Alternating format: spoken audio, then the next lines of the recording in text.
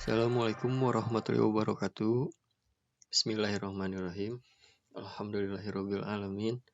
Pertama-tama marilah kita panjatkan puja dan puji syukur kehadirat Allah Subhanahu wa taala atas segala nikmat kesehatan dan nikmat kesempatan untuk bisa mengikuti kelas ini. Salawat serta salam senantiasa kita haturkan kepada junjungan kita Nabi Agung Muhammad Shallallahu Alaihi Wasallam yang kita nantikan syafaatnya baik di dunia maupun di akhirat. Anak-anak dan anak sekalian, pada tahun ajaran pendidikan 2021-2022, sekolah mengadakan mata pelajaran informatika, yang dimana mata pelajaran tahun sebelumnya tidak ada, yang tahun sekarang menggantikan mata pelajaran seni dan prakarya. Oke, langsung saja. Perkenalkan, nama saya Sandy Jepri Febrian, bisa dipanggil Pak Sandy.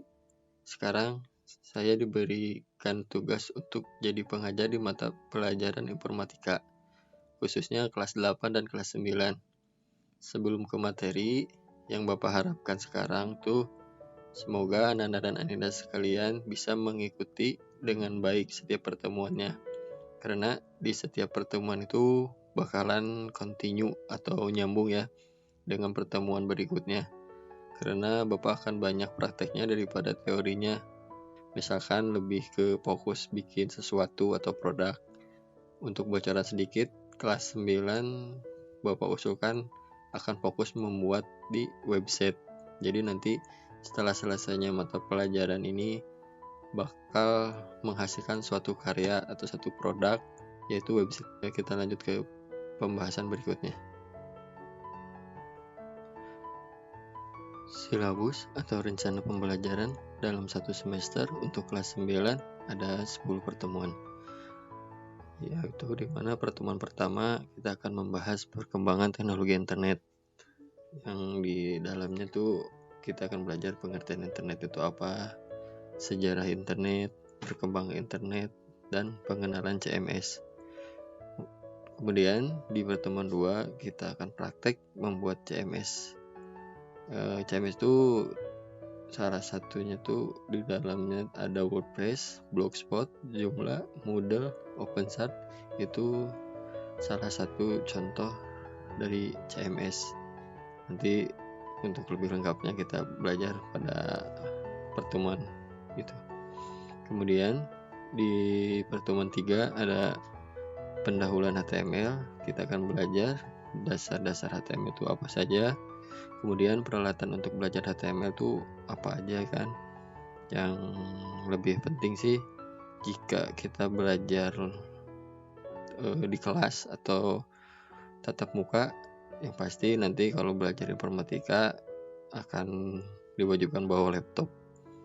Kemudian kita membuat dokumen HTML pertama. Nah, kemudian pertemuan berikutnya kita akan belajar struktur dasar HTML itu apa saja. Kemudian di pertemuan 5 akan membuat tabel versi HTML-nya. Kemudian di pertemuan 6 kita akan belajar membuat form. Kalau yang sekarang tuh lebih lebih mudahnya tuh kan ada Google Form tuh. Nah, Google Form itu udah gampang buatnya. Nah, kalau ini kan beda lagi versi HTML-nya. Kita bikin secara manual. Kemudian di pertemuan 7 kita akan membuat link. Link itu kayak di website kan ada klik button apa gitu kan, dia akan lempar kemana, kemudian kalau klik link ini akan kemana. Nah, seperti itu.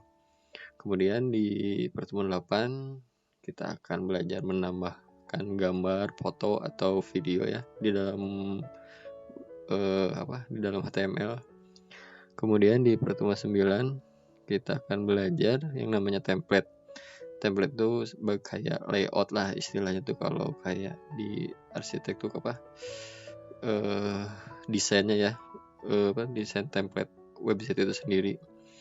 Kemudian di pertemuan akhir kita akan membuat website sederhana ya, sebagai tugas akhir hasil dari pembelajaran sebelum-sebelumnya. Nanti kita tampung di akhir pertemuan. Kita akan membuat misalkan portofolio, bikin profil masing-masing atau bebas, yang penting kita akan membuat website. Oke. kita masuk ke bab pertama, yaitu tentang perkembangan teknologi internet. Oke. Untuk awal kita akan mempelajari pengertian internet. Apa itu internet? Ananda adinda sekalian bisa di pause dulu video ini jika pengen baca untuk lebih lengkapnya. Kalau dari versi Bapak secara ringkas atau secara sederhananya ya, definisi dari internet itu jaringan komputer yang saling terhubung ke seluruh penjuru dunia. Itu bisa dibayangkan seperti jaring laba-laba ya, yang bahasa Inggrisnya kan itu web. Nah, jaring laba-laba tuh kan ada titik-titiknya dan ada garisnya. Nah, kalau titik-titiknya itu bisa dianalogikan atau dibayangkan sebagai komputer atau handphone atau gadget, bisa dibayangkan sebagai gadget-gadget yang lainnya juga ya, kayak tab, terus laptop dan lain-lain. Sedangkan garisnya tuh dia penghubungnya ya. Nah, penghubungnya itu di dunia nyata tuh seperti kalau kita di rumah tuh langganan IndiHome ya. Nah, IndiHome itu kan narik kabel ya dari luar ke dalam rumah. Nah, kabel itu sebetulnya tuh dia nyambung sampai ke misalkan kita langganan di Cianjur.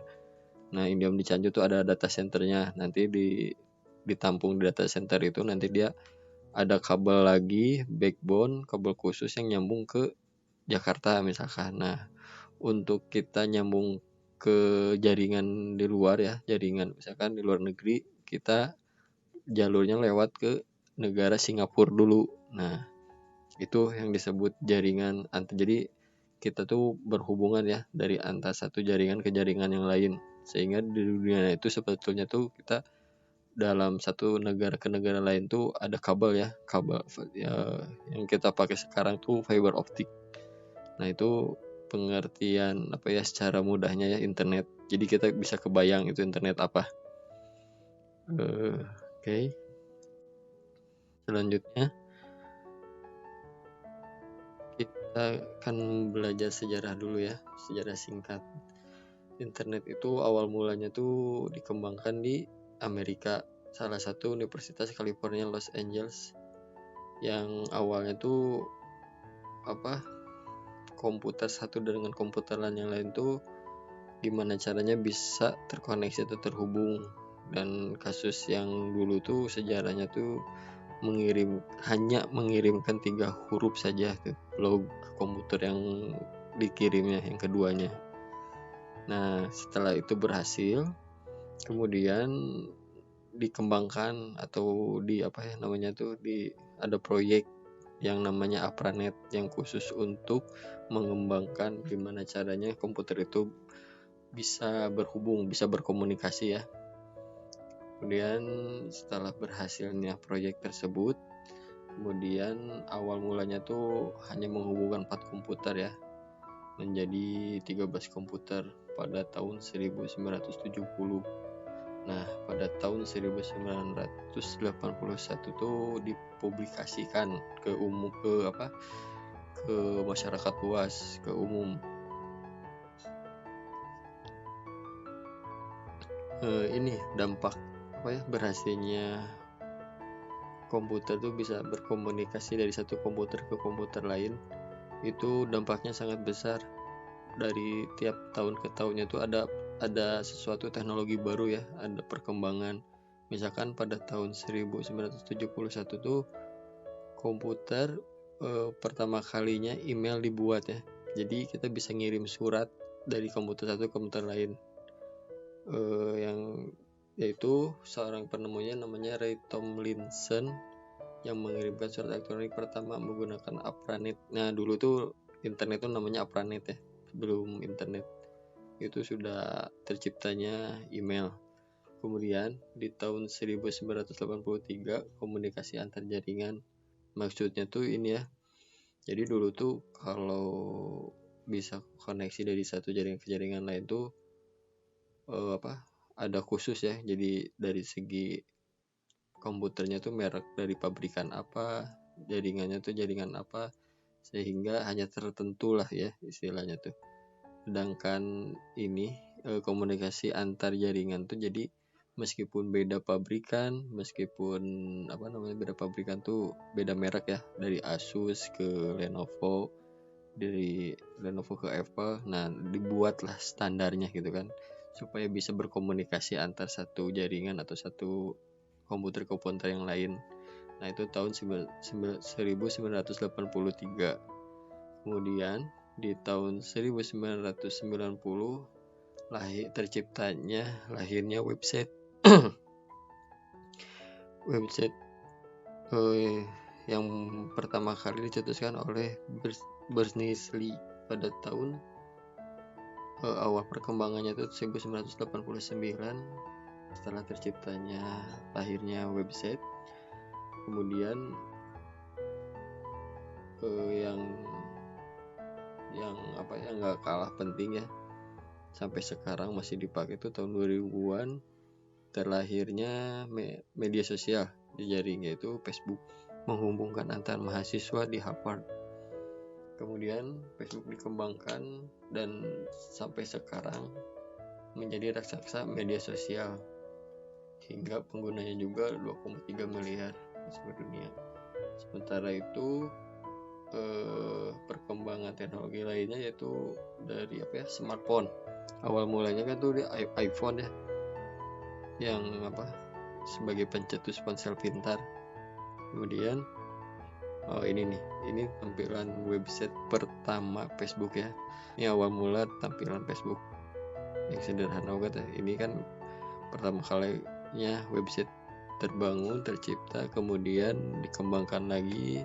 Website itu bukan hanya sekedar informasi atau berita media, ada juga ini disebutnya tuh media sosial ya, jadi bisa berkomunikasi antar satu orang ke orang lain, lebih interaktif, lebih seru lagi lah istilahnya. Oke, kita masuk ke bab berikutnya, yaitu tentang content management system.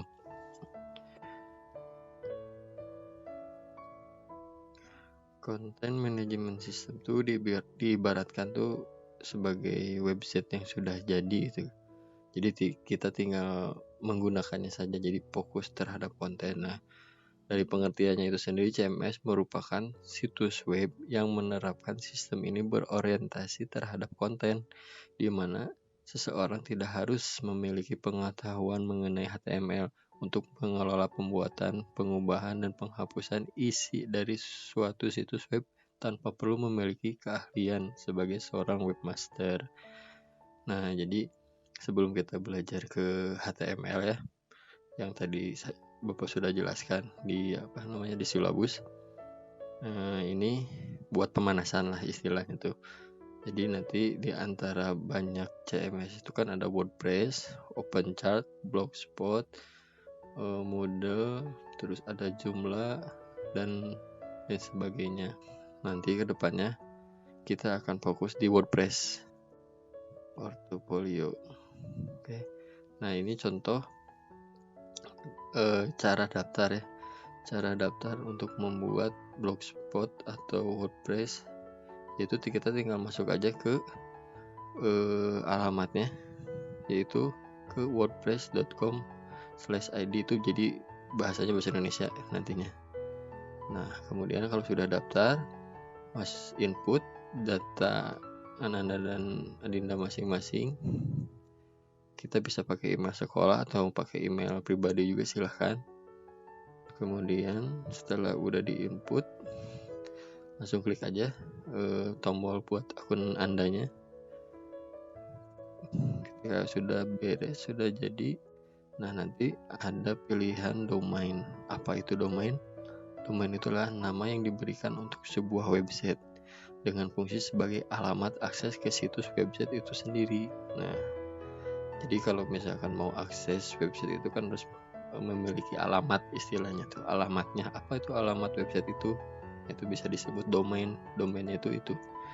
Nah, kalau yang dicontoh di atas ini ada Bapak memasukin Informatika Cendekia. Nah, nanti itu belakangnya pasti ini ya, pasti wordpress.com, karena ini kan gratis ya. Kalau misalkan pengen yang lain, yang .com, .co.id itu harus berbayar. Sedangkan yang gratis tuh dengan syarat ya pasti ada kekurangannya ya, pakai wordpress.com terlalu kepanjangan. Nah, kemudian setelah sudah memasuki domainnya, kemudian pilih di tombol yang di bawah ini ya. Ketika udah diklik, nanti akan muncul tampilan yang, nah ini tampilan beranda ya, tampilan dalam untuk mengakses si situs WordPress-nya itu sendiri. Nah, ketika ini udah berhasil keluar, berarti ini kita tinggal update sedikit. Ada sih di sini ada 5 poin itu yang harus dikerjakan, yang harus diselesaikan. Itu kita coba edit berandanya satu-satu, terus konfirmasi email, terus ada tombol yang terakhir tuh apa? Luncurkan. Jadi nanti si web ini bisa diakses oleh siapapun, asalkan kontennya menarik ya. Nanti Bapak tugasin semua Ananda dan Adinda sekali mau bikin tentang apa masalah bikin pribadi atau mau bikin tentang artikel tentang apa gitu, misalkan sesuai dengan hobinya masing-masing. Oke, terserah, bebas. Nah, ini sebagai contoh saja ya, mudah kan? Cuman ya mungkin dari sininya kita nantilah di pertemuan berikutnya kita bahas satu-satu bagaimana caranya bikin halaman baru, bagaimana cara masukin foto, bagaimana cara mendesain, memasukkan background dan lain sebagainya. Berikutnya kita sudah launching berhasil, maka akan ada tulisan seperti ini. Anda telah meluncurkan situs Anda. Berarti ini udah berhasil.